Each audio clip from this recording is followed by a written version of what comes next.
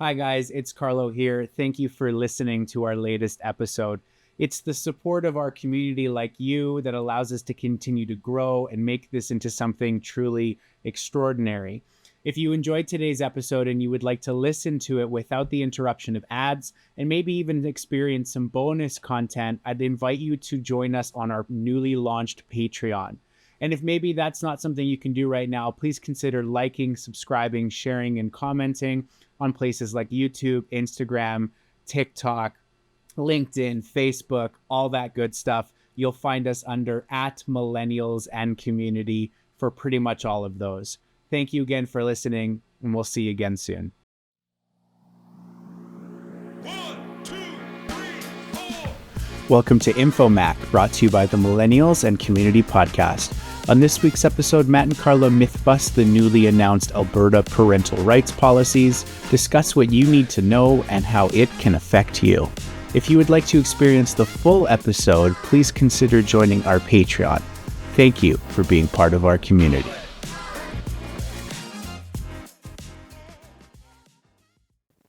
What's up, everybody? My name is Matt. This is Carlo, bringing you today another InfoM.A.C. For those of you who may not be familiar yet, InfoM.A.C is our new series where we bring you short mini episodes, lending some perspective on current events that might be happening in the world around us. Of course, we are in a different format. We're not together in person. We're here virtually so that we can respond quickly to new events as they come up and bringing you our perspective as these events are relevant.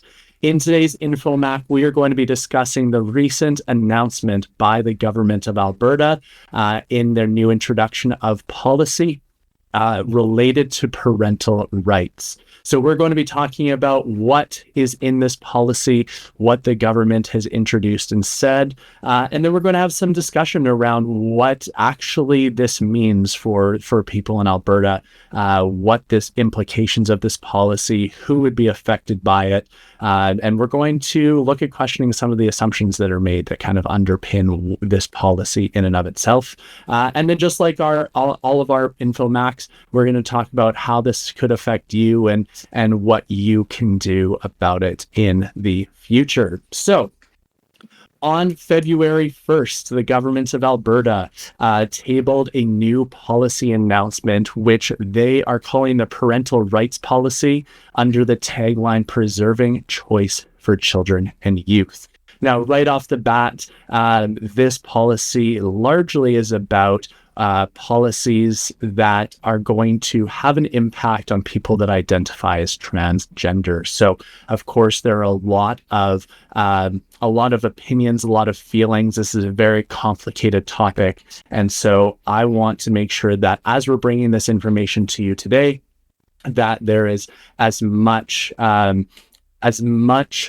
real information that we can bring you so that you can understand, because this is a very emotionally charged and very challenging topic for a lot of people to talk about. So first, I want to outline what is actually a part of this policy that has been proposed by the Alberta government, because already you see on social media, those of you based in Alberta, that there are a lot of misconceptions about what the government is actually proposing. So first things first, the government is proposing an additional heightened amount of medical availability care for transgender adults. Currently, if you're looking at having any sort of genital surgery that goes along with gender reassignment, that is done out of province. So the government is committed to bringing medical professionals who specialize in those types of surgeries to Alberta so that Alberta is not paying for those types of gender reassignment surgeries in other places. It's worth noting that different types of surgery, specifically related to chest or top surgery, does currently take place in Alberta. It's just specifically any sort of genital related surgery that happens out of province. The next thing that the government is proposing in this policy, and in fact, most of the other things, are related to children and youth. So first and foremost, this government policy is suggesting that all gender reassignment surgery for minors, so anyone age 17 or younger, will be prohibited. They were also prohibiting the use of puberty blockers or gender hormone therapies for the purpose of gender reassignment or affirmation for anybody 15 years of age or younger. Anybody 16 or 17 can only choose to commence puberty blockers or hormone-related therapy with parental, physician, and psychologist approval. So that's kind of the next part. The next part is related to our education system. So first of all, currently in Alberta, parents must choose or have the option to choose to opt out of any sort of instruction related to sexual health, gender identity, sexual orientation. Now, the new proposed policy is going to make it that parents must choose to opt in. So no longer do they have the option to opt out, but they have to opt in for their children to receive any sort of instruction on these topics. Next is any sort of material related to gender identity, sexual orientation, sexuality in general, has to be pre-approved by the Ministry of Education. The next ones, which are, in my opinion, more controversial, all parents must consent to have any child 15 years of age or younger to have those children go by a different name or use pronouns that are differing from their biological sex. So if somebody who is a biological male decides to use she, her pronouns or they, them pronouns, that can only be done with parental consent. For 16 and 17-year-olds, if children or youth choose to go by a different name or adopt different pronouns, the parent consent is not required. However, the school is obliged to notify parents that those things are changing. And the last significant part of this policy is that Alberta's government is committing to working with provincial sport organizations to prevent transgender women from participating in women's sports. So they are committed to creating women-only sporting divisions, which means that anybody who identifies as a trans woman would have to be participating in strictly gender-neutral or co-ed, with air quotations, co-ed divisions of athletic competition. So there's a lot there. There's a lot to unpack. Feel free to pause it and go back if you want to see, but these are all the things that are currently existing in this policy. And Carlo, I'm interested if you have any questions or things that you want to clarify with any of those pieces. But the one first thing that I want to speak on first and foremost is that this is policy and not law. What that means is whatever party is in power, parties have policy all the time, and the policies that political parties have inform the creation of bills that then potentially become legislation or law. So at this stage, this is not law, this is not legally binding, but this policy signifies the government of Alberta's intent to table these as bills with the intention of making these things legislation or law in Alberta. First, I want to address some of the other myths that are kind of form the core of this policy. All right. So the first myth, again, is that all parents love their children. We know, and I've spoken already, that's not true. You've got 1 in 260 kids that are in foster care. You also, it's important to note that the most recent estimate is that as many as 40% of homeless youth in Canada identify as 2S LGBTQIA+. So again, speaking to your point about this is a huge issue where youth who identify as 2S LGBTQ2IA+, do not feel safe in their own homes. And again, In a perfect world, children should feel safe always, but the two places where children should feel the most safe are at home and in school. And if one of those is not the case, then it should be supported by the other. So schools serve as somewhere where people and children should have access to safety, safe adults, safe environment where they can learn, they can grow, they can develop. And that's especially important if that environment isn't true at home. The second myth that I want to dispel right now is that kids that identify as transgender or that experience any sort of gender dysphoria are just walking into a doctor's office and getting surgery. This is absolutely not true. And in fact, it is already the case that legally in Alberta, you need to be of legal age, 18 or older, to actually get gender reassignment surgery. So this being put into the policy document is actually a straw man, because it's creating this fear mongering that kids are just walking into doctors' offices and getting any sort of surgical intervention. That is just strictly not true. And in fact, in order to even get any sort of gender reaffirming care, there has to be extensive consultation with physicians, with psychologists, and psychiatric team members to have any sort of intervention, whether it's hormone related or surgical. So that's really important. The next thing that underpins this is the idea that puberty blocking and hormone therapy is permanent. And in fact, the opposite is true according to a lot of medical professionals. The idea that you're doing puberty blocking simply means that you're delaying the effects of puberty until later in life, whereas the effects of puberty are permanent, right? So for a youth that is experiencing gender dysphoria, these allow for an extension of the timeline, essentially, for children and youth to be able to make some decisions about their gender until later. So in fact, if the government did actually care about their tagline of preserving choice for children and youth, then some of these tools like puberty blockers, like hormone therapies, actually do that preservation of choice until they're adults and they can actually make some of these decisions. So that's the second one. The third one, and this is one that I hear a lot, and this is the one that I get really, really upset about, is this idea that teachers are teaching kids to be transgender, that kids are teaching kids to be LGBTQ, that these are things that are being taught, that they're being taught that other genders exist and that they're okay, and that these are things that are being taught. And I want to be really, really clear as somebody who has worked in schools across Alberta, that these are things that not only are not being taught, but that teachers don't actually have the capacity to teach. The curriculum that exists, not only in Alberta, but curriculums across Canada, across North America, curriculums are designed so that teachers have guidance as to what needs to be taught in school.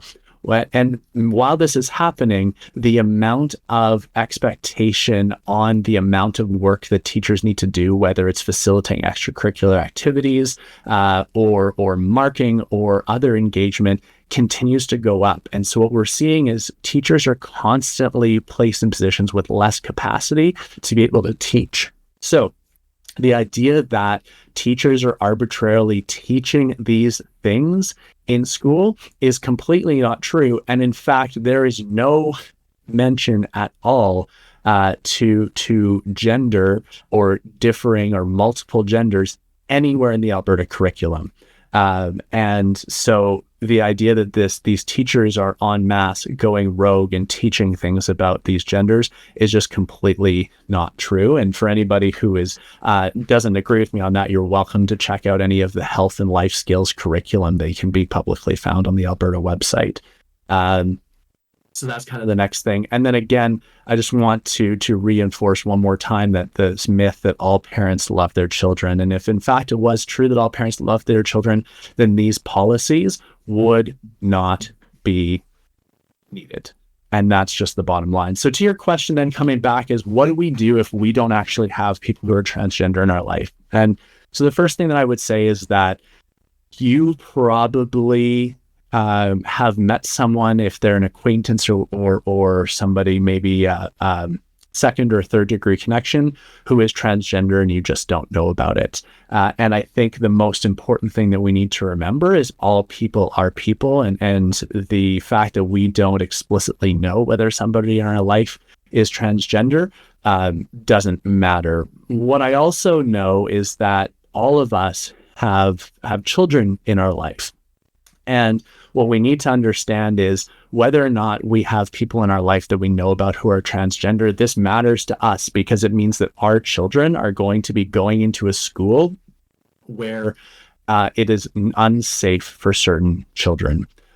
In a world where this policy becomes law and children are no longer able to speak to their teachers or these trusted adults about some of the feelings and the struggles that they're having with their gender or their sexuality, things that they don't feel like they can talk about at home, it means that the teachers now are no longer able to have those conversations and be a safe space for somebody. It's also really important to mention that if parents now have to opt in to some of these discussions around gender and sexual education, that the default will be teachers are no longer able to talk about consent. And so we need to talk about the ramifications of a system where the default is that teachers in Alberta will no longer be able to teach consent because it'll be that is a part of the health and sexual health curriculum in Alberta.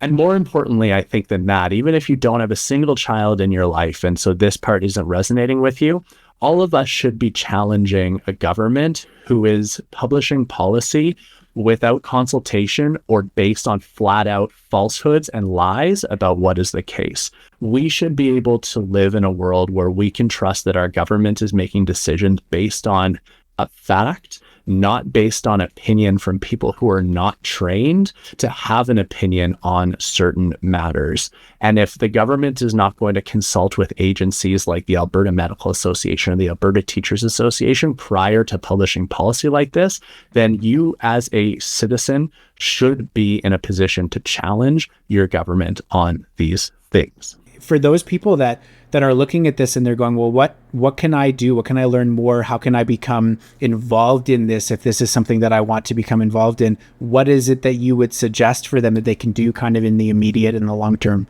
future?